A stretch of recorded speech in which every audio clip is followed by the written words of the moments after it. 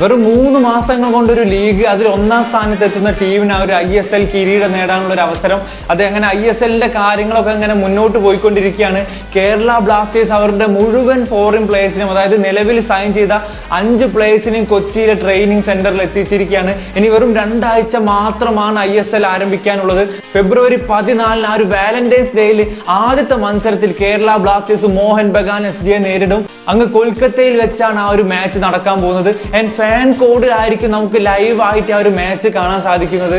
അവസാനമായിട്ട് സൈൻ ചെയ്ത 2 foreign players, ഒരു സെന്റർ ബാക്ക് 31 വയസ്സുകാരൻ ഡ്യുമാർ ബാ, നിലവിൽ കഴിഞ്ഞൊരു സീസണിൽ ഒരു മാച്ച് പോലും കളിക്കാത്തൊരു പ്ലെയർ, സ്പെയിനിലെ ലോവർ ഡിവിഷനിൽ കളിച്ച എക്സ്പീരിയൻസ് ഉള്ള ഒരു താരം, ഒരു ആവറേജ് സൈനിങ് തന്നെയാണ്. എൻ്റെ അടുത്തൊരു പ്ലെയർ വിക്ടർ ബാർട്ടമ്യൂ, സ്പാനിഷ് താരം 31 വയസ്സുകാരൻ സെന്റർ ഫോർവേഡ്. ആൻഡ് ഈ ഒരു പ്ലെയർ ഹോങ്കോങ് ലീഗിലും അതുപോലെ AFC കപ്പിലും AFC ചാമ്പ്യൻസ് ലീഗ് 2-ലൊക്കെ മത്സരിച്ച് ആ ഒരു എക്സ്പീരിയൻസ് ഉള്ള ഒരു പ്ലെയർ ആണ്. സോ ഈ ഒരു സൈനിങ് ഒരു ഡീസന്റ് സൈനിങ് തന്നെയാണ്. സോ നമ്മുടെ ഫോറിൻ പ്ലേയേഴ്സ് എടുത്തു നോക്കുമ്പോൾ 5 പേരിൽ 3 ആളുകളും ഫോർവേഡും വിങ്ങറും ആയിട്ട് കളിക്കാൻ പറ്റുന്ന പ്ലേയേഴ്സ്, ആൻഡ് ഒരു ഡിഫൻസീവ് മിഡ്ഫീൽഡർ ആൻഡ് ഒരു സെന്റർ ബാക്ക്.